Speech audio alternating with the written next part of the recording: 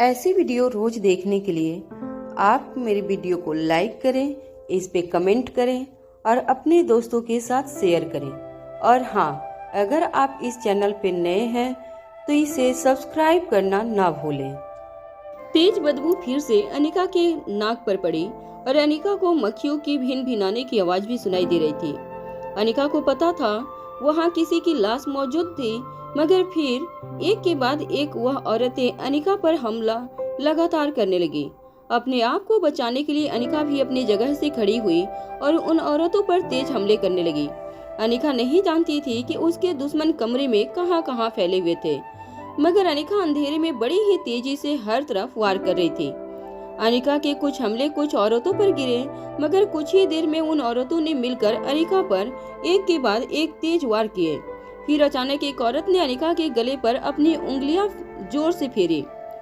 उंगलियां इतनी तेजी से अनिका के गले की एक नस पर घूमी कि अचानक अनिका की गर्दन में तेज दर्द महसूस हुआ।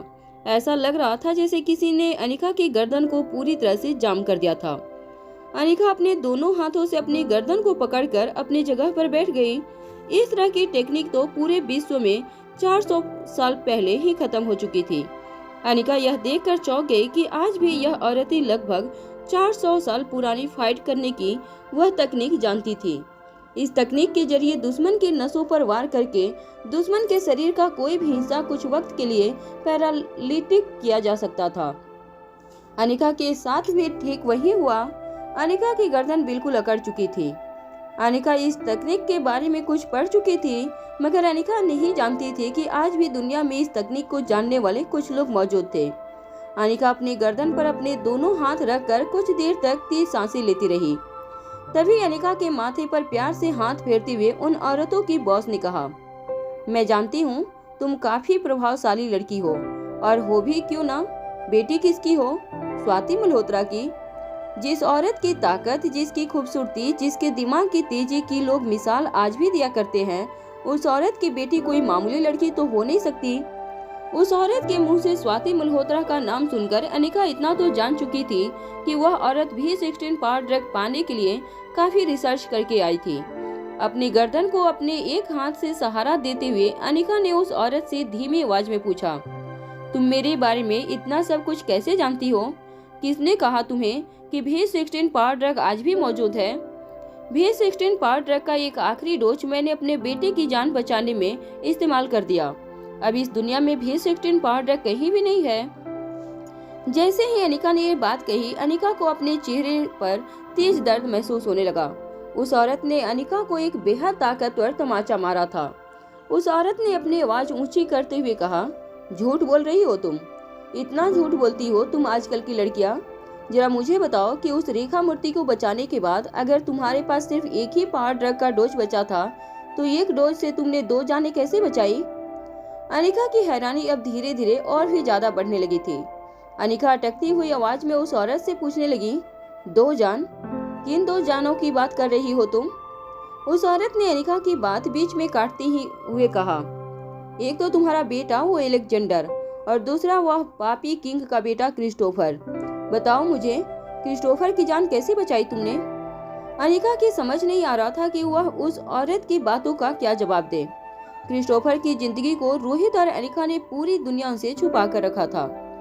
अमेरिका और वेस्ट इंडीज के बीच एक छोटे से टापू पर क्रिस्टोफर को भेज दिया था, मगर आज अचानक उस घूंघट वाली औरत के मुंह से क्रिस्टोफर का नाम सुनकर अनिका को काफी हैरानी हो रही थी।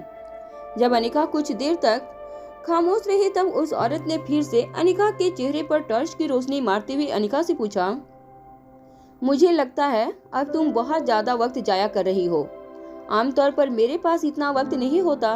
वह क्या है ना कि लोगों की सेवा करने में मुझे अपनी पूरी जिंदगी बितानी है, और इसीलिए तो मैं अपनी उम्र बड़ी करना चाहती हूँ। जब क्रिस्टोफर को मैंने जिंदा देखा, तब मुझे इस बात का यकीन हो गया कि लोगों की सेवा करने के लिए मैंने मन ही मन जो प्रण लिया है वह जरूर पूरा हो सकता है। मैं ज्यादा से ज्यादा जीकर लोगों का कल्याण करना चाहती हूँ, और इसीलिए लंबी जिंदगी और बेशुमार ताकत के लिए मुझे वह जड़ी बूटी चाहिए जो तुमने कहीं छुपा कर रखी है। अनिका ने भी इस बात का जवाब देते हुए कहा, सब लोग जानते हैं कि क्रिस्टोफर मर चुका है। यह बात सुनते ही घूंघट वाली औरतों की बॉस ने अचानक ही हंसना शुरू कर दिया। अनिका को उस औरत का चेहरा तो नहीं नजर आ रहा था, मगर अंधेरे कमरे में गूंज रही उस औरत की हंसी बेहद भयानक थी। अचानक उस औरत ने हंसते हंसते तालियां बजाना शुरू कर दिया। उस औरत ने अचानक अपनी आवाज ऊंची करते हुए अनिका से कहा, मानना पड़ेगा, क्या ट्रेनिंग दी है स्वाति ने तुम्हें? मगर तुमने क्रिस्टोफर को कैसे ट्रेनिंग दी कि यह बात मेरे समझ में नहीं आ रही। क्रिस्टोफर को भी मैंने यह बात बहुत बार पूछने की कोशिश की, मगर उसने सच सच बता दिया होता तो फिर यह सब करने की जरूरत ही नहीं पड़ती। हमने कई बार उसे पूछने की कोशिश की, मगर उसने कुछ नहीं बताया। मेरा यह साथी औरत वैसे तो पूरा दिन भजन कीर्तन में लगी रहती है, मगर उन्हें कोई झूठ बोले तो उनसे बर्दाश्त नहीं होता। देखो क्या हाल कर दिया है तुम्हारे क्रिस्टोफर का। यह कहने के बाद उस औरत ने अचानक अपने टॉर्च की रोशनी कमरे के कोने में डाली। जब अनिका ने धीरे से मुड़कर कमरे के कोने में पड़ रही रोशनी की ओर देखा तो वहां उसे एक लाश नजर आई। अनिका धीरे से अपनी जगह से उठी और धीमे कदमों से कमरे की उस कोने की ओर चलने लगी। जैसे जैसे अनिका उस लाश के करीब जाने लगी, अनिका की आंखें चौड़ी होने लगी। कमरे के कोने में जो लाश पड़ी थी वह क्रिस्टोफर की थी। क्रिस्टोफर पूरी तरह से जख्मी नजर आ रहा था। ऐसा लग रहा था कि मरने से पहले क्रिस्टोफर को बहुत ज्यादा तड़पाया गया था। क्रिस्टोफर के हाथ पैर बंधे हुए थे, उसका मुंह खुला था। ऐसा लग रहा था किसी ने उसका दम घोंटकर उसे मार दिया था। रोहित शहर में पागलों की तरह अनिका को ढूंढ रहा था। रोहित को ना वक्त का होश था और ना ही दिन और रात की कोई खबर। रोहित को समझ नहीं आ रहा था कि मारवा परिवार और गुलेरिया परिवार का इतना बड़ा नाम और रुतबा होने के बावजूद शहर में किसकी हिम्मत हुई थी जिसने अनिका को किडनैप किया था। और तो और कई घंटे बीत चुके थे, मगर अब तक रोहित के आदमी अनिका का पता नहीं लगा पाए थे। शहर के, देश के और दुनिया के जितने भी नामी गिरामी अंडरवर्ल्ड के ग्रुप थे, उन सभी के लीडरों को कांटेक्ट किया गया था, मगर किसी को अनिका के बारे में कोई खबर नहीं थी। शहर से कुछ दूर अपनी विला में अपने आदमियों के साथ बैठकर आगे की प्लानिंग कर रहे रोहित को अचानक आर्यन का कॉल आया। मोबाइल फोन पर आर्यन का नंबर फ्लैश होते ही रोहित को अचानक इस बात का एहसास हुआ कि कई घंटे हो गए थे, मगर बच्चे अपने माँ बाप से दूर थे। अनिका की गुमशुदगी ने रोहित को पूरी तरह से तोड़कर रख दिया था। रोहित को इस वक्त जितनी फिक्र अनिका की थी, उतनी ही फिक्र रोहित को अपने तीनों बच्चों की भी थी। बच्चे ना तो अभी इतने छोटे थे जिन्हें बहला फुसला कर मनाया जा सके, और ना ही इतने बड़े थे जो इतने वक्त तक अपने माँ बाप से दूर रह सके। आर्यन का फोन कनेक्ट होते ही रोहित ने आर्यन से कहा, देखो आर्यन, इस वक्त मैं बहुत ज्यादा बिजी हूँ, मगर कुछ देर में मैं घर आऊंगा। तुम और एलेक्जेंडर रिया का ख्याल रखना। रोहित की बात पूरी होते ही आर्यन ने रोहित से कहा, डैड, हम पूरी कोशिश कर रहे हैं रिया को संभालने की, मगर डैड, रिया पिछले कई घंटों से सिर्फ एक ही चीज बोल रही है। वह कह रही है कि मम्मा मर चुकी है। आर्यन की यह बात सुनते ही रोहित के चेहरे का रंग उड़ गया। आर्यन ने अपनी बात आगे बढ़ाते हुए कहा, हमने उसे कई बार समझाने की कोशिश की कि ऐसा कुछ नहीं हुआ है, मम्मा जल्दी घर वापस आ जाएगी, मगर वह ना तो रो रही है और ना ही उसके चेहरे पर किसी भी तरह के कोई एक्सप्रेशन नजर आ रहे हैं। वह बस टेरेस गार्डन में बैठी आसमान की ओर कई घंटों से देख रही है। उसके पास जाने पर वह सिर्फ एक ही चीज कहती है, माँ मर चुकी है। डैड, मुझे और एलेक्जेंडर को काफी घबराहट महसूस हो रही है। रिया कुछ खा भी नहीं रही है और सुबह से उसने पानी का एक घूंट भी नहीं पिया। रोहित अपनी बेटी को दुनिया में सबसे ज्यादा प्यार करता था। वो रिया की हालत सुनते ही पूरी तरह से टूट गया। रोहित ने आर्यन से कहा, तुम फिक्र मत करो, अभी कुछ ही देर में मम्मा का पता चल जाएगा, मगर मैं इस वक्त तुम्हारे पास आ रहा हूँ। तुम दोनों भाई बस रिया के पास रहना। उसे किसी भी चीज की जरूरत हो उसे तुरंत ला कर देना। मैं भी घर पहुँच रहा हूँ। आर्यन का फोन डिस्कनेक्ट करके रोहित ने अपने आदमियों से कहा, मैं कुछ देर के लिए घर जा रहा हूँ। तुम लोग एक काम करना, दिल्ली से 100-200 किलोमीटर दूर तक जितने भी गांव हैं, वहां अपने आदमियों को भिजवाकर अनिका के बारे में पूछताछ करवाओ। अगर अनिका इस वक्त दिल्ली में नहीं है तो जरूर दिल्ली के आसपास के किसी शहर या गांव में होगी। अगर अनिका किसी भी तरह की मुसीबत में है तो अनिका भी इस वक्त हमें सिग्नल देने की कोशिश कर रही होगी। तुम्हें हमारे आदमियों से कहना होगा कि उन्हें काफी अलर्ट रहना होगा। मैं अनिका को अच्छी तरह से जानता हूँ, वह जरूर इस वक्त हम तक किसी तरह का सिग्नल पहुँचाने की कोशिश कर रही होगी। अपने आदमियों को इंस्ट्रक्शन देने के बाद रोहित अपनी कार में बैठकर मारवा हाउस चला गया। रोहित जैसे ही मारवा हाउस में दाखिल हुआ, रोहित ने देखा कि लिविंग रूम में रोहित की माँ आयशा रोहित की दादी माँ सुहासिनी मारवा के साथ बैठी थी। दोनों काफी ज्यादा घबराई हुई लग रही थी। रोहित को देखते ही आयशा अपनी जगह से खड़ी हुई और रोहित के पास आकर कहने लगी, बेटा, मैं क्या सुन रही हूँ? अनिका को दुश्मनों ने अगवा कर लिया है। कौन है वह लोग? क्या उनका कोई पता चला? रोहित खुद नहीं जानता था कि अनिका के साथ क्या हुआ था। आयशा के कंधे पर हाथ रखते हुए रोहित ने कहा, नहीं माँ, अब तक तो कुछ पता नहीं चल पाया है, मगर तुम लोग फिक्र मत करो। अगले कुछ ही घंटों में अनिका यहाँ हमारे पास हमारे घर पर होगी। तुम अनिका को अच्छी तरह से जानती हो। जिंदगी में कई दुश्मनों का सामना उसने अकेले किया है। वह जरूर अगले कुछ ही घंटों में घर वापस आ जाएगी। आयशा के चेहरे पर काफी ज्यादा मायूसी नजर आ रही थी। तभी अचानक पीछे से दादी माँ की धीमी और अटकती हुई आवाज रोहित के कानों पर पड़ी। दादी माँ ने रोहित की ओर देखकर कहा, यह सब कुछ तुम्हारी माँ की वजह से हुआ है। रोहित दादी माँ की यह बात सुनकर चौंक गया। तभी दादी माँ ने अपनी बात आगे बढ़ाते हुए कहा, याद है तुम्हें तुम्हारी माँ का वह आशिक? दादी माँ की बात सुनकर रोहित हैरानी से आयशा की ओर देखने लगा। आयशा ने अपना सर झुकाकर धीमी आवाज में रोहित से कहा, पिछले कई दिनों से अक्षय मुझे कॉल करने की कोशिश कर रहा था। मैंने उसके किसी कॉल का जवाब नहीं दिया। फिर उसने मुझे मैसेज किया। रोहित ने यह बात सुनते ही तेज आवाज में आयशा से कहा, दिखाओ मुझे वह मैसेज। क्या लिखा है उसमें? जैसे ही आयशा ने अपने मोबाइल फोन में अक्षय का मैसेज रोहित को दिखाया, रोहित मन ही मन वह मैसेज पढ़ने लगा। उस मैसेज में लिखा था, पिछली बार तो तुम्हारी बहू ने बड़ी ही चालाकी से मुझे तुमसे दूर कर दिया, मगर इतना याद रखना, इस दुनिया में ऐसा कोई पैदा नहीं हुआ जो तुम्हें मुझसे दूर कर सके। मैं तुम्हें एक दिन अपना बनाकर रहूंगा, चाहे इसके लिए मुझे कुछ भी करना पड़े। रोहित और अनिका दोनों यह बात अच्छी तरह से जानते थे कि अक्षय जरूर एक दिन अपना बदला लेने के लिए फिर पलटवार करेगा, मगर पिछले कुछ अरसे से अक्षय का ख्याल रोहित और अनिका के दिलो दिमाग से पूरी तरह से निकल गया था। रोहित ने तुरंत अपनी जेब से फोन निकालकर अपने आदमियों को कॉल लगाया। कॉल कनेक्ट होते ही रोहित ने कहा, अक्षय वर्मा की हर एक मोमेंट पर नजर रखो। वह कहाँ है, इस वक्त क्या कर रहा है, उसकी क्या प्लानिंग है, हर बात मुझे आधे घंटे के अंदर पता चलनी चाहिए। अक्षय वर्मा का मैसेज पढ़ते ही रोहित गहरी सोच में डूब गया।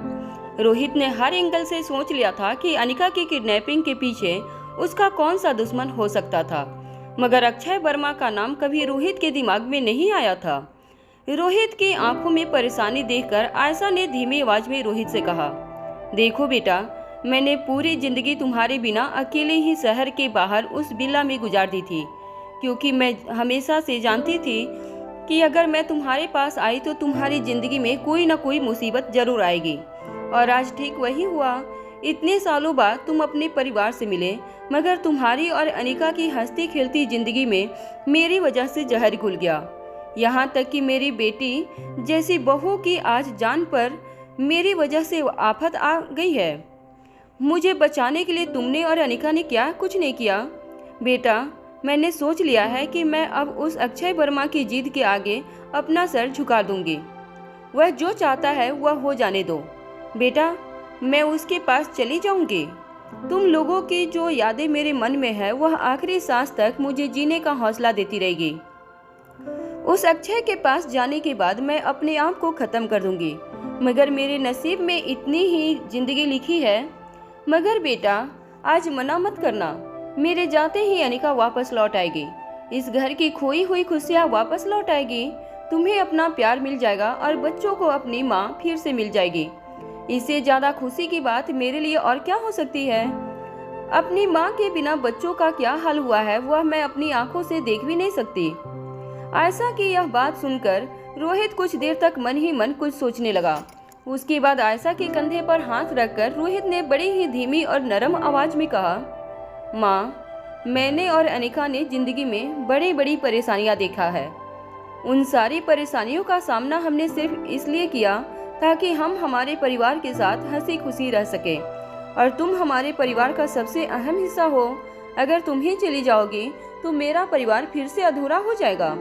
रही बात अनिका की सेफ्टी की, तो मैं तुमसे वादा करता हूँ अनिका को कुछ नहीं होगा।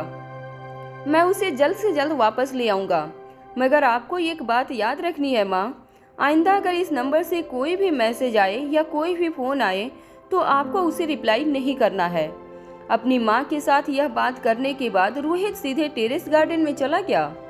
आर्यन ने फोन पर रोहित को बताया था कि रिया काफी देर से टेरेस गार्डन में बैठी आसमान की ओर बिना पलके झपकाए देखे जा रही थी। जैसे ही रोहित टेरेस गार्डन में पहुंचा, रोहित ने देखा कि एक झूले पर बिल्कुल शांत सी रिया आसमान की ओर देखे जा रही थी। रोहित ने रिया को इससे पहले कभी इतना शांत और उदास नहीं देखा था। रिया हर पल मौज मस्ती में रहती थी, हमेशा ही अपने मोबाइल पर गेम खेलती रहती थी। मगर आज रिया के गाल रोज के मुकाबले कुछ ज्यादा ही लाल नजर आ रहे थे। ऐसा लग रहा था जैसे रिया अपने मन ही मन बहुत सारी बातें दबाकर बैठी थी। रोहित जब रिया के पास पहुंचा तब भी रिया ने रोहित को नोटिस नहीं किया। वह बस बिना पलके झपकाए फटी हुई आंखों से आसमान की ओर देखे जा रही थी। रोहित ने रिया के बगल में बैठते हुए धीमी आवाज में रिया से कहा, आज तुम कोई गेम नहीं खेल रही? क्या बात है, आज काफी शांत नजर आ रही हो। रोहित की बात सुनते ही रिया ने धीमी आवाज में रोहित से कहा, मम्मा को पसंद नहीं था कि मैं सारा दिन गेम खेलती रहूं। वह हमेशा मुझे डांटना चाहती थी, मगर मैं ही कोई ना कोई बहाना करके मम्मा का गुस्सा शांत कर देती थी। फिर मैं और मम्मा आपसे मिले। मम्मा मुझे जो जो चीज नहीं करने देती थी वह सारी चीज मैं जिद करके आपके साथ पूरा करवाती थी। मम्मा को हालांकि यह सब कुछ अच्छा नहीं लगता था, मगर वह कभी मुझसे कुछ नहीं कहती थी। आज मुझे रियलाइज हो रहा है कि मैंने मम्मा के साथ बहुत गलत किया है और इसीलिए शायद मम्मा मुझे छोड़कर। रिया आगे की बात अपने मन में दबाकर आसमान की ओर देखती रही। तभी अलेक्जेंडर और आर्यन रोहित के पास आकर कहने लगे, कई घंटों से बस रिया यहीं पर इसी तरह बैठी है, ना कुछ खाती है ना पानी पीती है, हमसे बात भी नहीं कर रही, बस बार बार एक ही चीज बोले जा रही है, माँ मर चुकी है। आर्यन और अलेक्जेंडर की बात सुनने के बाद रोहित ने अपनी आवाज ऊंची करते हुए रिया की ओर देखा और कहा, क्या कह रही हो तुम बेटा? तुमसे किसने कह दिया यह सब? मम्मा कुछ ही घंटों में घर वापस लौट आएगी। तुम अपने मन में यह सारी बातें निकाल दो और हमसे बात करो। रोहित की बात सुनने के बावजूद रिया ने कुछ रिएक्ट नहीं किया और अपनी बड़ी बड़ी आंखों से आसमान की ओर देखती रही। कुछ देर बाद अलेक्जेंडर और आर्यन को टेरेस गार्डन में रिया से थोड़े दूर ले जाकर रोहित ने धीमी आवाज में दोनों से पूछा, रिया अचानक ऐसी बात क्यों कर रही है? क्या घर में किसी ने रिया से कुछ कहा? तभी अलेक्जेंडर ने रिया की ओर देखते हुए धीमी आवाज में रोहित से कहा, डैड, वह बात यह है कि दरअसल आज सुबह से मीडिया में अलग अलग तरह की बातें चल रही है। इंटरनेट पर हर जगह यह बात फैल चुकी है कि मम्मा को किसी ने किडनैप कर लिया है और पिछले कुछ घंटों से मीडिया में कुछ लोग यह भी कह रहे हैं कि मम्मा को उसके किडनैपर ने मार दिया है। पिछले कई घंटों से रोहित ने सोशल मीडिया अकाउंट पर नजर नहीं डाली थी। हालांकि रोहित के आदमी हमेशा ही हर बात को लेकर अलर्ट रहते थे, मगर इस वक्त रोहित ने अपने हर खास आदमी को अनिका को जल्द से जल्द ढूंढने के लिए कहा था और इसीलिए शायद मीडिया वालों पर नजर रखने पर रोहित के लोग चूक गए थे। रोहित नहीं चाहता था कि बच्चों तक इस तरह की बातें पहुंचे, मगर अब बहुत देर हो चुकी थी। रिया जो हर वक्त सोशल मीडिया प्लेटफॉर्म पर एक्टिव रहती थी, उसने पहले ही अपनी माँ के बारे में इस तरह की खबरें सुन ली थी। रिया जिस उम्र में थी उस उम्र के बच्चों को सोशल मीडिया में फैली बातों पर तुरंत यकीन हो जाता था और रोहित यह बात भी अच्छी तरह से जानता था कि रिया सोशल मीडिया पर कितना एक्टिव रहती थी। रोहित ने भी कई बार चाहा था कि रिया को इस सोशल मीडिया और गेमिंग प्लेटफॉर्म की जिंदगी से रियल वर्ल्ड में ले जाने की कोशिश करें, मगर जब भी रोहित ने यह कोशिश की थी तब रिया बड़ी ही चालाकी से रोहित के प्यार का फायदा उठाकर रोहित को अपनी जिद के आगे झुका देती। रोहित को समझ नहीं आ रहा था कि उसके हंसते खेलते परिवार को किसकी नजर लग गई थी। एक तरफ अनिका का लापता होना और दूसरी ओर अपने बिखरते हुए घर को देखकर देश का सबसे बड़ा बिजनेस टाइकून रोहित मारवा कमजोर पड़ने लगा था। मगर तभी अचानक रोहित ने देखा कि आर्यन टेरेस गार्डन पर एक मोमबत्ती लेकर आया। एक बड़ी सी मोमबत्ती जो साधारण मोमबत्ती से कम 5 गुना बड़ी थी। आर्यन ने टेरेस गार्डन के बीचों बीच बने एक छोटे से लकड़ी के टेबल पर कैंडल को रखा और उस मोमबत्ती को जलाते हुए आर्यन ने रिया से कहा, देखो रिया, मैं तुमसे वादा करता हूँ कि मम्मा इस मोमबत्ती के बुझने से पहले घर जरूर लौट आएगी। मम्मा हम तीनों से बहुत प्यार करती है, वो हमें इस तरह छोड़कर कभी नहीं जा सकती। आर्यन की बात सुनते ही रिया की आंखों से आंसू बहने लगे। नन्ही सी रिया मोमबत्ती की ओर देखकर फूट फूट कर रोने लगी। तभी रोहित ने दौड़कर रिया को गले से लगा लिया और कहा, आर्यन का दिया हुआ वादा मैं जरूर पूरा करूंगा। मैं तुम्हारी मम्मा को बहुत ही जल्दी तुम्हारे पास लेकर आऊंगा। कुछ नहीं हुआ है तुम्हारी मम्मा को, कुछ नहीं होगा तुम्हारी मम्मा को। रिया को यह बात कहते हुए रोहित ने आर्यन और अलेक्जेंडर की ओर भी अपने बाहें फैला दी। रोहित को इस तरह देखकर आर्यन और अलेक्जेंडर भी रोहित के पास चले गए। रोहित ने अपने तीनों बच्चों को गले लगाते हुए कहा, बस कुछ घंटे की बात है, मैं मम्मा को लेकर जल्द लौट आऊंगा। बस तब तक तुम तीनों एक साथ रहना और एक दूसरे की हिम्मत बनकर रहना। वहाँ दूसरी तरफ अंधेरे कमरे में क्रिस्टोफर की लाश देखकर अनिका के होश उड़ गए। अनिका नहीं जानती थी कि यह सारी घूंघट वाली औरतें कौन थीं और उन्हें B16 पावर ड्रग के बारे में कैसे पता चला। मगर अब तक अनिका इतना जान चुकी थी कि यह सारी औरतें काफी खतरनाक मकसद से एक साथ काम करती थी। घूंघट वाली औरतों की लीडर अनिका के ठीक सामने एक चेयर पर बैठी थी।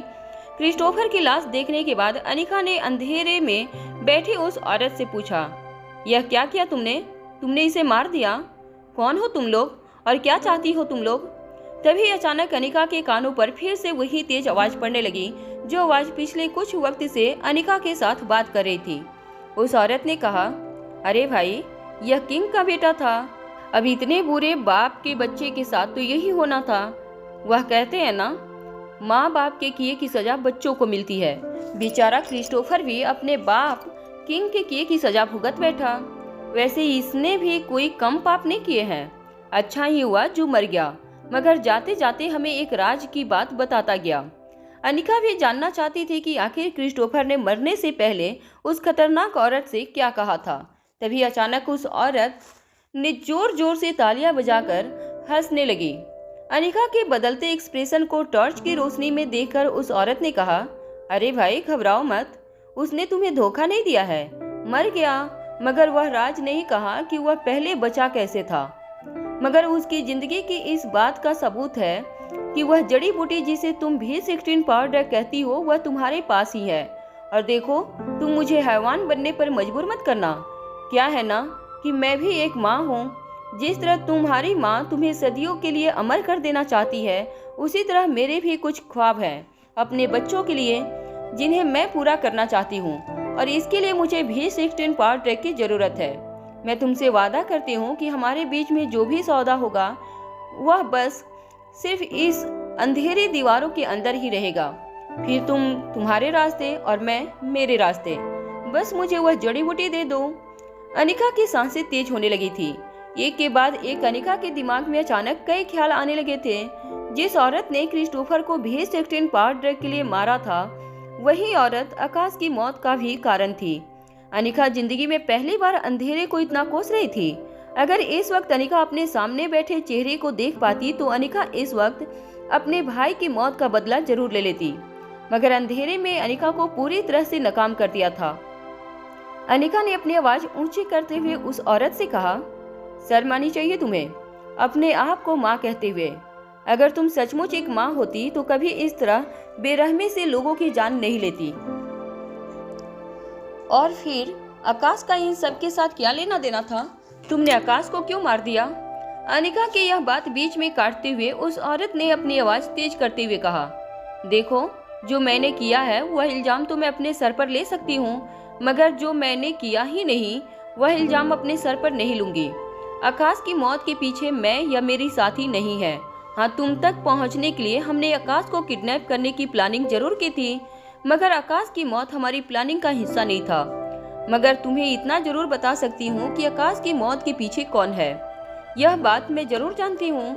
अगर तुम भी जानना चाहती हो कि तुम्हारे भाई को किसने मारा, तो हमारे साथ दोस्ती का हाथ बढ़ाओ। वह जड़ी बूटी मुझे दे दो और फिर से अपने परिवार के साथ बड़े ही आराम से जीवन बिताओ। मैं तुमसे वादा करती हूँ कि जब तुम घर पहुँचोगी तुम्हें यह भी पता होगा कि तुम्हारे भाई की मौत के पीछे किसका हाथ था। देखो अनिका, तुम्हारे पास वक्त बहुत कम है, हमारे पास तो वक्त ही वक्त पड़ा है। मैं अच्छी तरह से जानती हूँ कि जो स्वाति अब तक अंधेरे में रहकर तुम्हें हर तकलीफ से दूर रखती आ रही है, वह दोबारा तुम्हें बचाने के लिए कोई न कोई चाल जरूर चलेगी। मगर इस बार मैं भी इतनी आसानी से हारने वाली नहीं हूँ। उसकी हर चाल का जवाब है मेरे पास। उस औरत की यह बात सुनकर अनिका के होश उड़ गए। अनिका ने अटकती हुई आवाज में उस औरत से पूछा, यह क्या कह रही है तुम? मेरी माँ को गुजरे 25 साल से ज्यादा हो चुके हैं। अनिका की यह बात सुनते ही वह औरत ने फिर से जोर जोर से हंसने लगी। कुछ देर बाद अपनी हंसी कंट्रोल करने के बाद उस औरत ने कहा, स्वाति उतनी ही मरी है जितनी मैं मरी हूँ। उस औरत की बात ने अनिका के होश उड़ा दिए। उस औरत के कहने के मुताबिक स्वाति मल्होत्रा जिंदा थी। अनिका को जब एक अनजान औरत का कॉल फोन आया तब भी अनिका को ऐसा लग रहा था जैसे उसने वह आवाज पहले भी कभी सुनी थी, और जिस औरत की कैद में अनिका थी उस औरत ने भी स्वाति मल्होत्रा की जिंदा होने की बात कही थी। अनिका ने तेज सांसें लेते हुए उस औरत से कहा, यह क्या कह रही हो तुम? मेरी माँ स्वाति मल्होत्रा जिंदा है? वह औरत जोर जोर से हंसते हुए अनिका से कहने लगी, आज तो मुझे तुम पर बहुत तरस आ रहा है। अपने ही जिंदगी से किसी को इतना अनजान मैंने आज से पहले कभी नहीं देखा। तुम्हारा जन्म क्यों हुआ, कैसे हुआ, तुम्हारी माँ कौन थी, क्या करती थी, वह मरी है या जिंदा है, तुम्हें किसी सवाल का जवाब नहीं पता। आज तुम रोहित मारवा जैसे सक्सेसफुल बिजनेसमैन की पत्नी हो, खुद इतनी काबिल और होशियार हो, मगर मैंने जिंदगी में तुमसे ज्यादा गरीब लड़की आज तक कभी नहीं देखी जिसे अपने वजूद के बारे में कुछ नहीं पता। चलो, तुम्हें अपने वजूद के बारे में बताना मेरा काम नहीं है। हम हमारे सौदे पर आ जाते हैं। तुम मुझे वह अमर होने की जड़ी बूटी दे दो और मैं तुम्हें तुम्हारे घर वापस भिजवा देती हूँ। मैं कोई जोर जबरदस्ती नहीं करना चाहती। मैं जानती हूँ कि तुम मारपीट में काफी उस्ताद हो, मगर तुम्हें इतना बता दूं कि यह कमजोर और बुढ़ी लगने वाली औरतें काफी ताकतवर हैं। इन्हें हराना तुम्हारे बस की बात नहीं है। मैं कुछ देर बाद वापस आऊंगी। तब तक के लिए सोच लो कि अगली बार तुम्हारा जवाब क्या होगा। अंधेरे कमरे में अनिका को एहसास होने लगा था कि वह औरत अपनी जगह से खड़ी होकर वापस जा रही थी। तभी अनिका ने अपनी आवाज ऊंची करते हुए कहा, तुम बताती क्यों नहीं कि तुम कैसे जानती हो कि मेरी माँ को क्या रिश्ता था तुम्हारा और मेरी माँ स्वाति मल्होत्रा का? अनिका की आवाज जैसे ही ऊंची हुई उस औरत ने भी अपनी आवाज ऊंची करते हुए अनिका से कहा, तुम्हारी माँ मेरी एक बहुत पुरानी दोस्त थी और आज इस दुनिया में मेरी सबसे बड़ी दुश्मन। स्वाति के बारे में अगर तुम जानना चाहती हो तो मैं तुम्हें बता दूंगी कि स्वाति जितनी चालाक और काबिल औरत मैंने अपनी जिंदगी में नहीं देखी, और इतनी चालाक औरत इतनी जल्दी से हार मान ले, यह बात ना मैं मानती हूँ ना तुम्हें माननी चाहिए। वह यही कहीं है तुम्हारे आसपास, मगर हाँ, इस बार मैं स्वाति से भी एक कदम आगे हूँ। शायद स्वाति की जिंदगी में पहली बार मैं उसकी बेटी को उससे इतना दूर ले आई हूँ कि खुद स्वाति भी तुम्हें ढूंढ नहीं पाएगी। इस वक्त स्वाति की बात छोड़ो और मैंने जो तुमसे कहा है सिर्फ उस पर ध्यान दो। मैं कुछ वक्त के लिए तुम्हें अकेला छोड़ देती हूँ, कमरे में थोड़ी रोशनी भी कर देती हूँ ताकि तुम क्रिस्टोफर का अंजाम देख सको और उसके बाद मुझे बता सको कि वह जड़ी बूटी कहाँ है जो मुझे अमर बना सकती है। अनिका को यह कहने के बाद अंधेरे कमरे में अनिका को महसूस होने लगा कि घूंघट वाली औरतें दरवाजे की ओर अपने कदम आगे बढ़ा रही थीं। जैसे ही दरवाजा खुला, फिर से तेज रोशनी की वजह से अनिका की आंखें बंद हो गईं। सारी की सारी घूंघट वाली औरतों की टोली कमरे से बाहर निकल गई। दरवाजा फिर से बाहर से लॉक कर दिया गया, मगर इसके बाद दरवाजे के नीचे मौजूद एक छोटी सी ओपनिंग को खोल दिया गया, जिसके जरिए कमरे में थोड़ी रोशनी फैल गई। अनिका की सांसें तेज हो रही थी। क्रिस्टोफर की लाश के पास घूंघट वाली औरतों ने कुछ अगरबत्तियां लगाई थी, जिसकी वजह से लाश से आ रही बदबू कुछ कंट्रोल में थी। मगर जैसे ही अनिका की नजर क्रिस्टोफर के चेहरे पर पड़ी तो अनिका काफी ज्यादा शॉक हो गई थी। अनिका को समझ नहीं आ रहा था कि यह घूंघट वाली औरतें कौन थी और इन्हें V16 पावर ड्रग के बारे में कैसे पता चला था। अनिका अच्छी तरह से जानते थे कि V16 पावर ड्रग उसी के खून में बह रहा था। अनिका ने बोन मैरो से V16 पावर ड्रग को हासिल किया जा सकता था, मगर अनिका यह भी जानती थी कि V16 पावर ड्रग अगर किसी गलत इंसान के हाथ में लग जाए तो वह पूरी दुनिया तबाह कर सकता था, और घूंघट वाली औरतों की लीडर काफी खतरनाक औरत लग रही थी। अनिका को उसके इरादे तो ठीक से पता नहीं थे, मगर वह इतना जरूर जान गई थी कि वो औरतों की लीडर काफी खतरनाक इरादे रखती थी और अगर भी 16 पावर ड्रग उस औरत के हाथ लग जाता है तो वह जरूर दुनिया के आने वाले फ्यूचर पर एक खतरा बन सकती थी। अंधेरे कमरे से बाहर निकलने के बाद घूंघट वाली औरतें अपने लीडर के पीछे पीछे चलती हुई एक पुरानी सी हवेली की छत की ओर जाने लगी। जिस जगह पर घूंघट वाली औरतों ने अनिका को कैद कर रखा था वह एक काफी पुरानी और अब खंडहर बन चुकी हवेली थी। मगर उस हवेली को देखकर ऐसा लग रहा था जैसे घूंघट वाली औरतों की लीडर ने उस हवेली को एक अंडरग्राउंड लेबोरेटरी बना दिया था, जहां कई सारी औरतें घूंघट डालकर अलग अलग प्रकार के काम करती थी। मगर सभी औरतों में एक बात कॉमन थी, सभी औरतों ने बिल्कुल एक जैसे कपड़े पहने थे और सारी की सारी औरतों ने अपना चेहरा ढका हुआ था। सारी औरतों के चेहरे पर घूंघट नजर आ रहा था। उस हवेली में एक बड़े से हिस्से में अलग अलग केमिकल का स्टोरेज हाउस बनाया गया था, जिसके पास ही कुछ औरतें काफी अजीबोगरीब एक्सपेरिमेंट करती हुई नजर आ रही थी। जो औरतें अनिका के अंधेरे कमरे से अपने लीडर के साथ बाहर निकली थीं, वह हवेली की छत पर अपने लीडर के साथ पहुंची। घूंघट वाली औरतों के लीडर ने धीरे से अपना घूंघट उठाया। वह औरत और कोई नहीं थी बल्कि दुनिया की नजरों में हमेशा के लिए मर चुकी सोशल वर्कर दमयंती देवी थी। दमयंती देवी उस खंडहर की छत पर खड़ी रहकर आसपास के रेगिस्तान से आ रही हवा को अपने चेहरे पर महसूस कर रही थी। उस खंडहर के आसपास दूर दूर तक सिर्फ रेत ही रेत नजर आ रही थी। दमयंती देवी ने जिस जगह को अपना हाइड आउट बनाया था वह राजस्थान और पड़ोसी मुल्क के बीचों बीच एक नो मैंस लैंड में बनी एक हवेली थी। 72 की जंग के बाद जब उस जगह को वहां की बंदिशों ने हमेशा हमेशा के लिए छोड़ दिया था, अब वह जगह दोनों देशों में से किसी भी देश के कोई काम की नहीं थी। वह पूरी तरह से रेगिस्तान में तब्दील हो चुकी थी। उस जगह वो अकेली हवेली नजर आती थी। कोसों दूर तक ना तो कोई इंसान और ना ही किसी जानवर की होने की आहट सुनाई देती थी। दमयंती देवी जो दुनिया की नजरों में मर चुकी थी, उसे छुपने के लिए इससे बेहतर जगह और कहीं नहीं मिल सकती थी।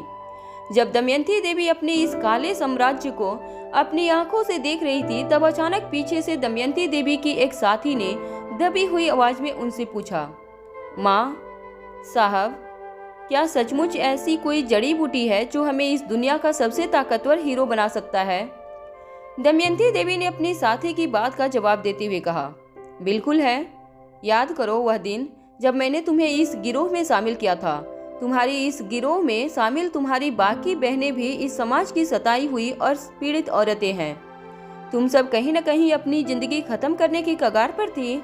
जब मैंने एक एक करके तुम सबको अपने साथ शामिल किया था, तब तुम लोगों से एक वादा किया था कि मैं तुम लोगों को इस दुनिया की सबसे ताकतवर औरत बनाकर रहूंगी। और अब बहुत जल्द मेरा और तुम्हारा यह सपना पूरा होने जा रहा है। उस चीज को जड़ी बूटी कह लो या दवाई, उस चीज के शरीर में जाते ही हम सब इस दुनिया की सबसे ताकतवर औरतें बन जाएंगी। यह जो कमरे में इस वक्त जिस आदमी क्रिस्टोफर की लाश पड़ी है, वह अब से कुछ वक्त पहले दुनिया की सबसे खतरनाक गिरोह का सरदार हुआ करता था। फिर अचानक उसके मरने की खबर हर तरफ फैल गई। उसका गिरोह अचानक बंद हो गया। गिरोह में काम करने वाले लोग अचानक बेसहारा हो गए। मगर एक दिन गिरोह के एक खास आदमी को यह पता लगा कि उसका सरदार दरअसल मरा नहीं था, बल्कि गिरोह को धोखा देकर दुश्मनों से मिल गया था और देश से कोसों दूर किसी अनजान देश में छुपकर जिंदगी बिता रहा था। क्रिस्टोफर के इस खास आदमी के जरिए मुझे यह पता लगा कि दुनिया में एक ऐसी जड़ी बूटी मौजूद है जिसे पाने से हम अपने आप को सर्वशक्तिशाली बना सकते हैं। दमयंती देवी की बात पूरी होते ही उनके साथी ने उनसे पूछा, मगर माँ साहब, यह विदेश के इतने खतरनाक लोगों को आप कैसे जानती हैं? यह बात सुनते ही दमयंती देवी जोर जोर से हंसने लगी। कुछ देर बाद अपनी हंसी को कंट्रोल करके अपने साथियों की ओर जब मुड़कर देखी, तब वह सारी की सारी औरतों ने अपना सर झुका लिया। दमयंती देवी ने एक साथी के कंधे पर हाथ रखते हुए कहा, मैं जितनी अच्छी हूँ उससे कई ज्यादा खतरनाक हूँ। विदेश में भी कई लोगों के साथ मेरी अच्छी जान पहचान है। कोई पुराना दोस्त है जिसकी वजह से मुझे यह पता चला यह सारा का सारा खेल अनिका नाम की एक लड़की ने रचाया था। मगर जब मुझे यह पता चला कि अनिका और कोई नहीं बल्कि स्वाति मल्होत्रा की बेटी है, तब मुझे यकीन हो गया कि यह सारी बातें जो कानों पर पड़ रही थी, वह सारी की सारी बातें सच थी। मगर अनिका स्वाति मल्होत्रा की बेटी है तो जरूर अपने आप को सर्वशक्तिमान बनाने वाली जड़ी बूटी अनिका के पास होगी। यह विरासत उस लड़की को अपनी माँ से मिली है और उस औरत का नाम है स्वाति मल्होत्रा। अपने आप को मारकर कैसे जिंदा रखा जाता है यह कला भी मैंने स्वाति मल्होत्रा से ही सीखी है। आज से इतने साल पहले स्वाति ने अपने आप को मारकर अपने आप को अमर बना लिया था। ठीक स्वाति की ही चाल कुछ सालों बाद मैंने अपनाई। अपने आप को मारकर मैंने अपने आप को अमर बना दिया और अपने बेटे को राजनीति में पुनर्जीवित कर दिया। और यह सब करने के पीछे मेरा सिर्फ एक ही मकसद है, समाज के जुल्मों से हमने जिस औरतों को बचाकर यहाँ इकट्ठा किया है उन सबको इतनी ताकत दे दे कि आने वाले कई सालों तक इस पूरे के पूरे विश्व पर सिर्फ हमारी ही हुकूमत रहे। दमयंती देवी की बात सुनते ही उसकी साथी औरत ने जोर जोर से उनके जयकारे के नारे लगाना शुरू कर दिया। औरतों के नारे रेगिस्तान की तेज हवाओं में मिलकर दूर दूर तक फैल गई। दमयंती देवी ने अपना हाथ जैसे ही ऊपर किया, सारी की सारी औरतें फिर से शांत हो गईं। दमयंती देवी ने अपने साथियों से कहा, चलो अब उस लड़की के पास जाकर जड़ी बूटी के बारे में पूछताछ करते हैं। वैसे मैं जानती हूँ कि स्वाति की बेटी इतनी आसानी से हार तो नहीं मानेगी, मगर याद रखना हमें उस वक्त तक कमजोर नहीं पड़ना है जब तक हमें ताकतवर बनने की जड़ी बूटी नहीं मिल जाती। और याद रहे हमारे पूरे गिरोह को हर वक्त सतर्क रहना होगा। इस लड़की को बचाने के लिए कई लोग अपनी पूरी ताकत लगा रहे होंगे। दमयंती देवी के साथ ही अच्छी तरह से जानते थे कि गुलेरिया परिवार और मारवा परिवार का रुतबा और दबदबा कितना बड़ा था। तभी दमयंती देवी के एक पुराने साथी ने कहा, माँ साहब आप फिक्र मत कीजिए, हमने कहीं कोई सुराग नहीं छोड़ा जिससे इस लड़की के परिवार वाले हम तक पहुँच सके। तभी दमयंती देवी ने उस औरत की बात काटते हुए कहा, मैं अच्छी तरह से जानती हूँ कि इस लड़की के परिवार वाले चाहे कितने भी ताकतवर हो हम तक नहीं पहुँच सकते, मगर मुझे फिक्र है तो उस औरत की जो हर वक्त अपनी बेटी के आगे एक अदृश्य ढाल की तरह खड़ी रहती है, और उस औरत का नाम है स्वाति मल्होत्रा। वैसे स्वाति मल्होत्रा का सामना करने के लिए तो मैं भी बेसब्र हूँ। कई सालों से मौत की साए में गुम स्वाति को किसी ने नहीं देखा, और स्वाति के साथ तो मेरा बहुत पुराना रिश्ता है। मैं जानती हूँ कि मेरी और उसकी मुलाकात बहुत जल्द होने वाली है। सर झुकाए दमयंती देवी के सामने खड़ी औरतें दमयंती देवी के पीछे पीछे फिर से उस कमरे की ओर जाने लगी जहाँ अनिका को कैद किया गया था। दमयंती देवी ने फिर से अपना घूंघट डालकर अपने चेहरे को ढक दिया था। जैसे ही दमयंती देवी ने अपने साथियों के साथ अनिका के कमरे का दरवाजा खोला, क्रिस्टोफर की लाश के बिल्कुल बगल में बैठी अनिका ने ऊंची आवाज में कहा, अगर मैं कहूं कि मैं तुम्हें B16 पावर ड्रग के बारे में कुछ नहीं बताऊंगी तब तुम मेरे साथ क्या करोगी? अनिका के चेहरे पर कॉन्फिडेंस देखकर दमयंती देवी ने फिर से कमरे में अंधेरा कर दिया, और इससे पहले कि अनिका दमयंती देवी और उसकी साथियों पर अटैक करती, दमयंती देवी ने अपनी ऊंची पहाड़ी आवाज में अनिका से कहा, ठीक है, अगर तुम जिद पर अड़ी हो तो मैं भी जिद पर अड़ी रहूंगी। चलो, वैसे तो बेचारी श्रेया के साथ जो कुछ भी हुआ है वह काफी दर्दनाक है, मगर सिर्फ तुम्हारी वजह से मुझे श्रेया को अपने साथ हुए दर्द के बारे में बताना पड़ेगा। अनिका यह बात सुनकर हैरान रह गई। वहाँ लाइफ केयर हॉस्पिटल में श्रेया के कमरे के बाहर हॉस्पिटल कॉरिडोर में घूंघट वाली एक औरत साफ सफाई करती नजर आ रही थी। उस औरत ने वही पोशाक पहनी थी जो दमयंती देवी के गिरोह की बाकी औरतें पहनती थी। शाम हो चुकी थी और अभी हॉस्पिटल कॉरिडोर की बत्तियां नहीं जली थी, जिसकी वजह से हॉस्पिटल कॉरिडोर में काफी हल्की रोशनी फैली थी। साफ सफाई करते करते अचानक ही वह औरत श्रेया के कमरे की ओर घूर घूर कर देखने लगी। विजिटिंग आवर्स खत्म हो गए थे, इसलिए पूरा हॉस्पिटल कॉरिडोर खाली था। अनिका की हुई किडनैपिंग की वजह से मयूर गुलेरिया ने अस्पताल की सिक्योरिटी भी काफी बढ़ा दी थी। हाथ में बंदूक लिए कुछ लोग हॉस्पिटल कॉरिडोर में यहाँ वहाँ फैले हुए नजर आ रहे थे। सभी लोग काफी अलर्ट थे। मयूर ने उन सभी को स्ट्रिक्ट इंस्ट्रक्शन दे रखी थी कि कोई भी अनजान शख्स अगर नजर आए तो उसे सबसे पहले दुश्मन समझकर उसकी तलाशी की जाए और किसी को भी श्रेया के कमरे के आसपास ना जाने दिया जाए। घूंघट वाली औरत साफ सफाई करते करते श्रेया के कमरे के पास आई। उस औरत को सिक्योरिटी गार्ड ने पहले भी कई बार अस्पताल में यहाँ वहाँ साफ सफाई करते हुए देखा था, इसलिए किसी भी सिक्योरिटी गार्ड को उस औरत पर कोई शक नहीं था। साफ सफाई करते करते अचानक ही वह औरत श्रेया के कमरे के अंदर दाखिल हो गई। जो नर्स श्रेया का ध्यान रखती थी, वह नर्स कुछ देर के लिए श्रेया को अनिका की दी हुई आयुर्वेदिक नींद की दवाई देकर वहां से चली गई थी। अनिका ने जो ऐसी एंटी एंजाइटिक आयुर्वेदिक दवाई श्रेया के लिए उस नर्स को प्रिस्क्राइब की थी, वह ऐसी दवाई थी जिससे श्रेया की मन स्थिति पर काबू पाया जा सकता था। मगर कोई भी साइड इफेक्ट ना होने की वजह से उन दवाइयों का कोई भी बुरा असर श्रेया के शरीर पर या उसके बच्चे पर नहीं होता। कमरे में दाखिल होने के बाद उस घूंघट वाली औरत ने देखा कि श्रेया अपने बिस्तर पर लेटी हुई थी।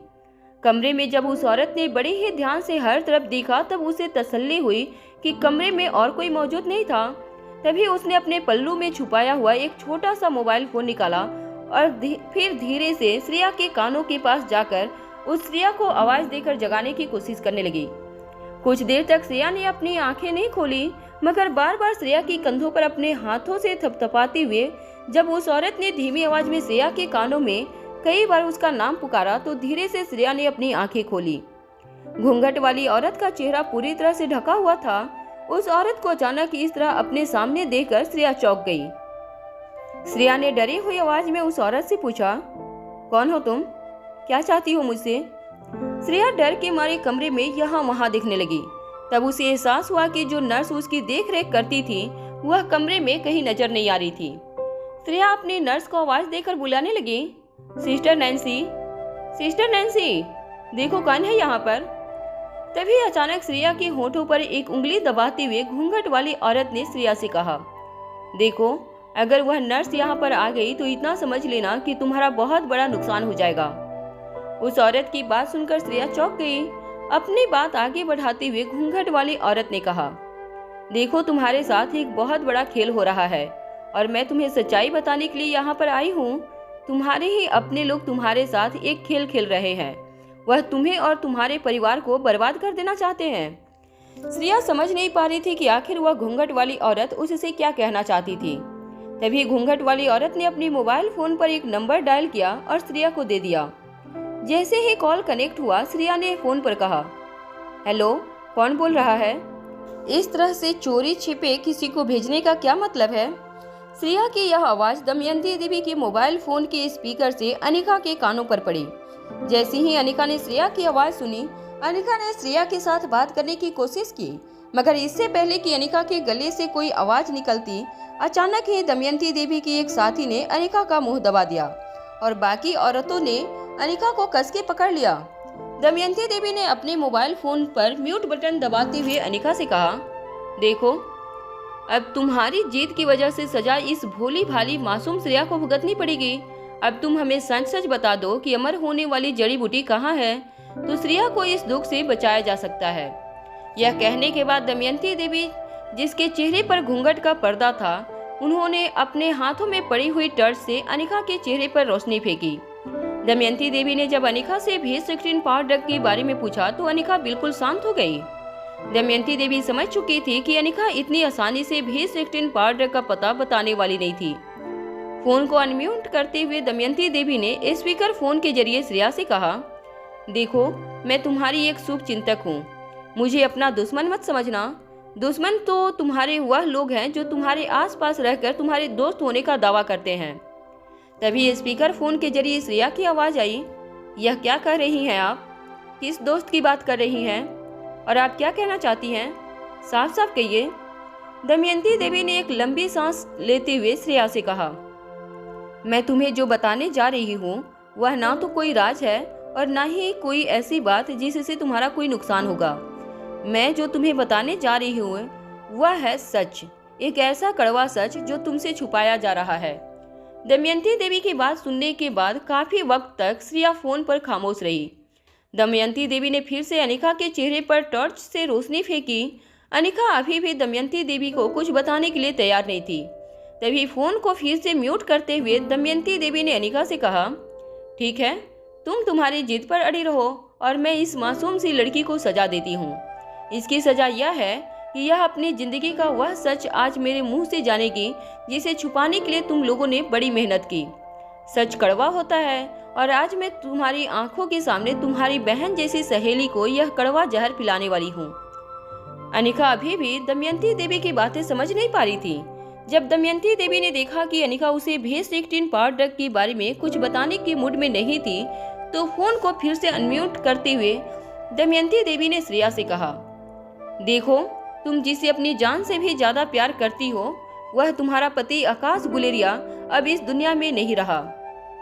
दमयंती देवी की बात सुनते ही फोन पर सन्नाटा छा गया। कुछ देर बाद दमयंती देवी ने धीमी आवाज में अपनी बात आगे बढ़ाते हुए कहा, मैं जानती हूँ तुम्हें मेरी बात पर इतनी आसानी से विश्वास नहीं होगा, मगर सच तो यह है कि अब तुम विधवा हो चुकी हो। तुम्हारी बच्ची पिंकी के सर से बाप का साया उठ गया है और तुम्हारे पेट में इस वक्त जो बच्चा पल रहा है, जन्म लेने से पहले ही उसे उसका बाप छीन चुका है। उसके नसीब में अपने बाप का चेहरा देखना भी नहीं लिखा था। दमयंती देवी ने अपनी बात पूरी कर ली थी।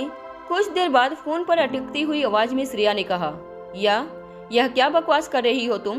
देखो, तुम यह मत सोचना कि इस तरह का मजाक करके तुम बच निकलोगी। तुम जो कोई भी हो, जहाँ कहीं भी हो, इस तरह का मजाक करने के लिए तुम्हें माफ नहीं किया जाएगा। तभी दमयंती देवी ने अपनी आवाज ऊंची करते हुए फोन पर श्रेया से कहा, माफी तो उन लोगों को तुमसे मांगनी चाहिए जिन्होंने तुम्हारे साथ इतना घिनौना खेल खेला है। अस्पताल में तुम्हें बेहोशी की दवाई दी जा रही है। जिस तरह तुम्हारे पति की मौत का एक रहस्य है, उसी तरह तुम्हारी मौत को भी एक रहस्य बना देना चाहते हैं तुम्हारे दुश्मन। अगर मेरी बातों पर यकीन नहीं हो रहा है तो जरा जाकर पता लगाओ कि आकाश कहाँ है। यह कहने के बाद दमयंती देवी ने फोन डिस्कनेक्ट कर दिया। अस्पताल में अपने बेड पर लेटी श्रेया की आंखें तो जैसी झपकना ही भूल चुकी थी।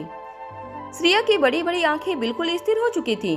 घूंघट वाली औरत जो श्रेया के कमरे में घुस आई थी, उसने बड़ी ही चालाकी से श्रेया के हाथों से फोन लिया और चुपके से श्रेया के कमरे के बाहर निकल गई।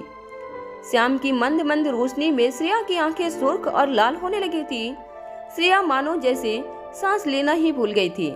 श्रेया अभी यह तय भी नहीं कर पा रही थी कि वह सचमुच जाग रही थी या अभी भी वह बेहोशी में थी और अपनी जिंदगी का सबसे बड़ा सपना देख रही थी। आकाश इस दुनिया में नहीं रहा, यह ख्याल ही श्रेया की जान लेने के लिए काफी था। कुछ ही देर में श्रेया की देखरेख करने वाली सिस्टर नैन्सी कमरे में दाखिल हुई। कमरे में फैला अंधेरा देखते हुए सिस्टर नैन्सी ने कमरे की लाइट्स ऑन की। श्रेया को अपने बिस्तर पर बैठा हुआ देखकर सिस्टर नैन्सी ने मुस्कुराते हुए कहा, हेलो मिसेज गुलेरिया, आपकी तबीयत कैसी और आपकी रिपोर्ट में दिन ब दिन सुधार आता जा रहा है।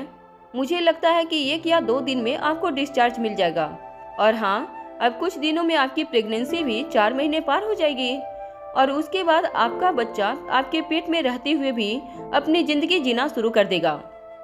कहा जाता है कि जब प्रेगनेंसी 4 महीने पार होती है तो माँ के पेट में पल रहा बच्चा धीरे धीरे स्वतंत्र होने की शुरुआत कर देता है। उसके शरीर में छोटी मोटी बीमारियों से लड़ने की ताकत पैदा होने लगती है। मानो जैसे वह अपनी माँ से कहने लगता है कि माँ, अब तुम मेरी फिक्र मत करना, मैं खुद अपना ख्याल रख सकता हूँ। नर्स की बातें श्रेया के कानों पर पड़ रही थी, मगर वह बातें श्रेया के दिमाग तक नहीं पहुँच रही थी। श्रेया के दिमाग में सिर्फ एक ही बात घूम रही थी, आकाश अब इस दुनिया में नहीं रहा। नर्स ने कमरे के अंदर आने के बाद दरवाजा खुला ही छोड़ दिया था। अपने कमरे के खुले हुए दरवाजे को देखकर श्रेया अचानक ही अपने बिस्तर से खड़ी होकर तेजी से अपने कमरे के दरवाजे के बाहर निकल गई। सिस्टर नैन्सी ने जब श्रेया को कमरे से बाहर जाते हुए देखा तो वह दौड़कर श्रेया का पीछा करने लगी। सिस्टर नैन्सी ने देखा कि श्रेया हॉस्पिटल कॉरिडोर से तेजी से चलते हुए अस्पताल की लिफ्ट की ओर जाने लगी। मयूर ने जिन सिक्योरिटी गार्ड्स को श्रेया के कमरे से बाहर लगाया था, वह सारे सिक्योरिटी गार्ड श्रेया को अचानक इस तरह कमरे से निकलता हुआ देखकर श्रेया की ओर दौड़े। एक गार्ड ने श्रेया को जब रोकने की कोशिश की तो श्रेया ने जोर से उस गार्ड को ढकेल दिया और लिफ्ट की ओर जाने लगी।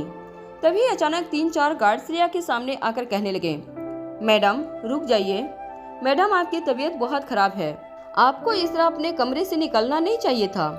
तभी श्रेया ने उन गार्ड्स की ओर देखकर अटकती हुई आवाज में पूछा, आकाश कहाँ है? श्रेया के मुंह से आकाश का नाम सुनते ही सारे के सारे सिक्योरिटी गार्ड हैरान रह गए। उनके चेहरे के एक्सप्रेशन देखकर श्रेया समझ चुकी थी कि जरूर कोई बहुत बड़ी बात हुई थी जो सभी लोग मिलकर उससे छुपा रहे थे। गार्ड्स एक दूसरे को देखकर अटकती हुई आवाज में श्रेया से कहने लगे, आकाश सर, वो तो उधर हैं। किसी को समझ नहीं आ रहा था कि वह श्रेया से क्या कहे। श्रेया समझ चुकी थी कि आकाश सही सलामत था या नहीं। यह जानने के लिए उसे एक बार अपनी आंखों से आकाश को देखना होगा। जैसे ही लिफ्ट का दरवाजा खुला, श्रेया लिफ्ट के अंदर दाखिल हुई। सारे गार्ड श्रेया को रोकने की कोशिश कर रहे थे, मगर श्रेया ने लिफ्ट के अंदर आए हुए गार्डों को जोर से बाहर की ओर धकेल दिया। सभी लोग अच्छी तरह से जानते थे कि श्रेया के पेट में एक छोटा सा बच्चा सांस ले रहा था, इसलिए श्रेया पर ज्यादा ताकत आजमाने पर श्रेया और बच्चे को खतरा हो सकता था। कुछ ही सेकंड में लिफ्ट का दरवाजा बंद हो गया और सिक्योरिटी गार्ड को श्रेया की लिफ्ट ऊपर की ओर जाती हुई नजर आने लगी। श्रेया के जाते ही एक सिक्योरिटी गार्ड ने मयूर को कॉल लगाकर कहा, सर, एक इमरजेंसी है। श्रेया मैडम अपने कमरे से निकलकर ऊपर की ओर आकाश सर से मिलने गई हैं। अपने सिक्योरिटी गार्ड की बात सुनकर मयूर ने फोन डिस्कनेक्ट कर दिया। कुछ ही सेकंड में श्रेया की लिफ्ट लाइफ केयर हॉस्पिटल के टॉप फ्लोर पर पहुंची। श्रेया अच्छी तरह से जानती थी कि अगर गुलेरिया परिवार का कोई भी इंसान अगर हॉस्पिटलाइज्ड होता था तो उसे लाइफ केयर हॉस्पिटल के टॉप फ्लोर पर बने स्पेशल वार्ड में दाखिल किया जाता था। और क्योंकि आकाश पहले से उस स्पेशल वार्ड में एडमिट था, इसलिए श्रेया को नीचे वाले फर्स्ट वार्ड में एडमिट किया गया था। जैसे ही लिफ्ट के दरवाजे से श्रेया बाहर निकली, तब अचानक मयूर श्रेया के सामने आ गया। मयूर को सामने देखते ही श्रेया ने मयूर से पूछा, सच बताओ, क्या आकाश मर चुका है?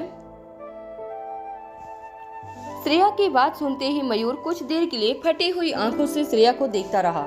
फिर अचानक ही झूठ मूठ मुस्कुराते हुए मयूर ने श्रेया से कहा, यह क्या कह रही हो तुम? चलो आओ मेरे साथ, मुझे लगता है तुम्हारी तबीयत कुछ ठीक नहीं है। चलो अपने कमरे में चलकर कुछ देर आराम कर लो।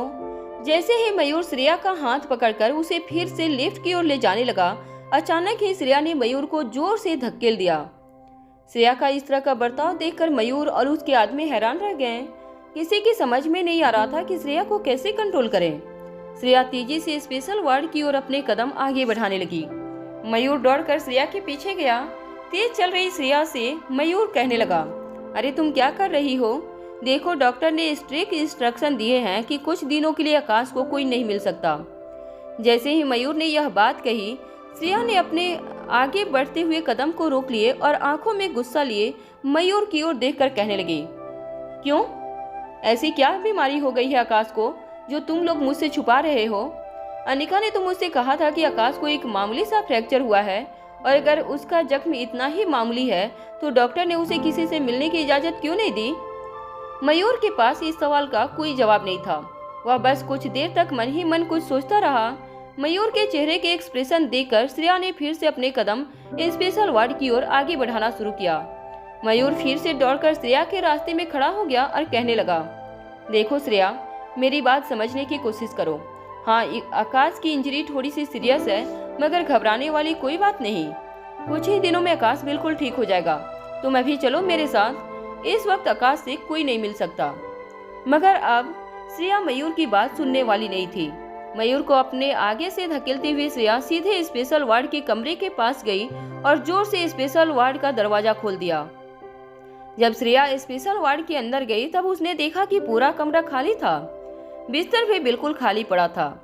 खाली कमरा और खाली बिस्तर को देखकर श्रेया फिर से मुड़कर मयूर के पास आई और पूछने लगी, कहाँ है आकाश? तुम तो कह रहे थे कि डॉक्टर ने आकाश से कहा है कि उसे कुछ दिनों तक आराम करना है, फिर आकाश कहीं नजर क्यों नहीं आ रहा? मयूर और उसके आदमी भी अब श्रेया की आंखों में आंखें डालकर झूठ नहीं बोल पा रहे थे। मयूर के समझ में नहीं आ रहा था कि वह श्रेया से क्या कहे। श्रेया ने तभी अचानक मयूर का कॉलर पकड़ लिया और मयूर से कहा, मयूर, बताओ मुझे, आकाश के साथ क्या हुआ है? आकाश जिंदा भी है या नहीं? बताओ मुझे। अगर इस वक्त तुमने मुझसे सब कुछ सच सच नहीं कहा तो मुझे मेरे होने वाले बच्चे की कसम है, मैं अभी इसी वक्त इस बिल्डिंग से कूदकर अपनी जान दे दूंगी। जैसे ही श्रेया के मुंह से यह बात निकली, मयूर ने चिल्लाते हुए श्रेया से कहा, आकाश अब इस दुनिया में नहीं रहा, मर चुका है आकाश। यह कहते हुए मयूर जोर जोर से सिसक कर रोने लगा। वह घुटनों के बल श्रेया के पैरों के पास गिर पड़ा और अपने दोनों हाथ अपने सर पर रखकर जोर जोर से रोने लगा। श्रेया की आंखें फटी की फटी रह गई। श्रेया को देखकर ऐसा लग रहा था जैसे उसका शरीर पूरी तरह से जम चुका था। धीरे धीरे श्रेया के गाल और गले से गुजरती नसें अचानक से दिखाई देने लगी। ऐसा लग रहा था जैसे श्रेया के शरीर में पड़ा खून एकदम से जम गया था। कुछ देर तक श्रेया बस अपनी जगह पर खड़ी फटी हुई आंखों से आकाश के खाली बिस्तर की ओर देखे जा रही थी। वहीं स्पेशल वार्ड में कुछ दूर एक खिड़की के किनारे पर घूंघट वाली औरत अपने हाथों में मोबाइल फोन लिए खड़ी थी। वह वीडियो कॉल के जरिए हॉस्पिटल में जो कुछ भी हो रहा था वह सब कुछ दमयंती देवी को दिखा रही थी। दमयंती देवी ने मोबाइल की स्क्रीन अनिका की ओर कर रखी थी।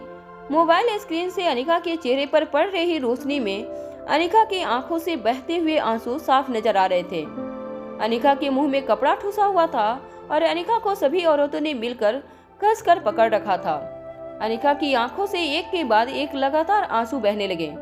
अचानक ही वीडियो कॉल डिस्कनेक्ट करने के बाद दमयंती देवी ने अनिका से कहा, देखो, जब तक तुम जिद करती रहेगी तब तक तुम्हारे खानदान के लोगों को तुम्हारी जिद का हर्जाना भरना पड़ेगा। अगली बारी किसकी होगी यह मैं तुम्हें जल्द बताऊंगी। अब तुम्हें तय करना है कि तुम अपने परिवार को ज्यादा प्यार करती हो या अपने माँ के आविष्कार को। यह कहने के बाद दमयंती देवी कमरे से बाहर चली गईं। दमयंती देवी की साथियों ने अनिका के हाथ पांव कसकर एक रस्सी से बांध दिए और क्रिस्टोफर की लाश को उठाकर कमरे से बाहर ले गए। कमरे का दरवाजा बंद होते ही फिर से कमरे में हर तरफ अंधेरा छा गया। जमीन पर रस्सियों से बंधी हुई अनिका को श्रेया की हालत पर बहुत ज्यादा दुख हो रहा था। अनिका जानती थी कि आकाश की मौत की खबर एक न एक दिन श्रेया को जरूर पता चलती, मगर अनिका ने यह नहीं सोचा था कि अचानक ही इस तरह से आकाश की मौत की खबर श्रेया के सामने आएगी। श्रेया पूरी तरह से टूट चुकी थी। वीडियो कॉल में अनिका ने श्रेया के चेहरे पर उसका दर्द अच्छी तरह से पढ़ लिया था। अनिका अच्छी तरह से जानती थी कि श्रेया को लगा सदमा श्रेया के होने वाले बच्चे के लिए काफी खतरनाक हो सकता था, मगर अनिका को इस बात का भी अफसोस था कि श्रेया की मदद करने के लिए वो खुद श्रेया के पास मौजूद नहीं थी।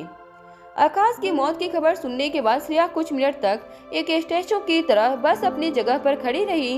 श्रेया के आसपास मयूर गुलेरिया के काफी लोग श्रेया को संभालने की कोशिश कर रहे थे, मगर श्रेया के कानों पर किसी की बात नहीं पड़ रही थी। हॉस्पिटल का इंचार्ज डॉक्टर दौड़कर श्रेया के पास आया। सिस्टर नैन्सी भी श्रेया के पास पहुंच चुकी थी। सिस्टर नैन्सी ने श्रेया से कहा, देखिए श्रेया मैडम, आप प्लीज होश में आइए। देखिए, आपको अपने आप को संभालना होगा।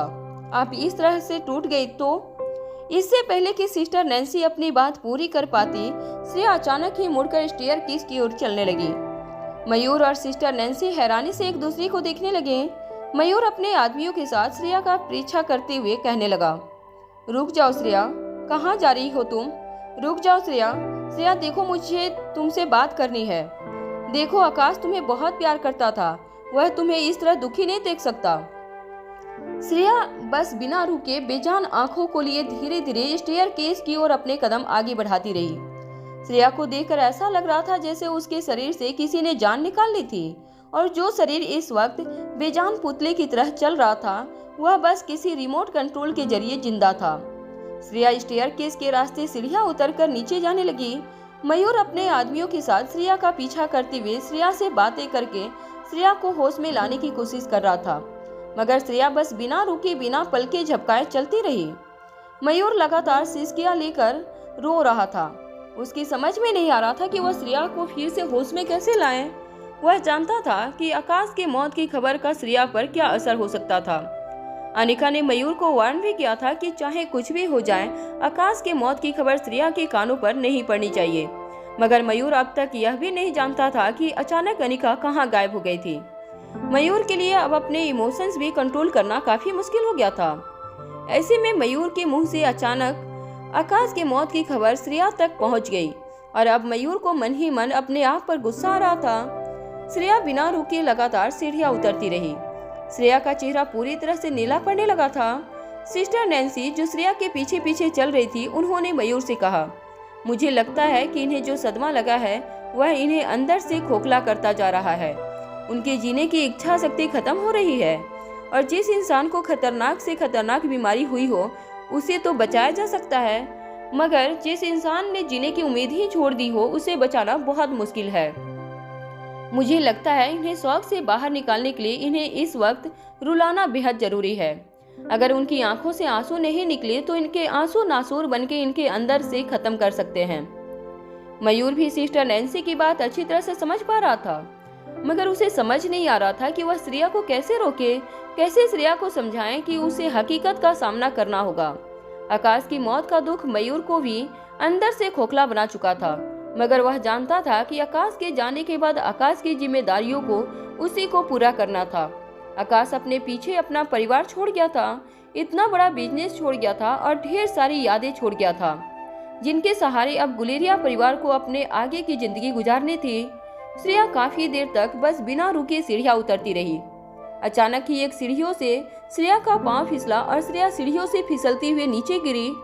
श्रेया का पूरा शरीर सीढ़ियों पर फिसलता हुआ एक रेलिंग से जाकर टकराया।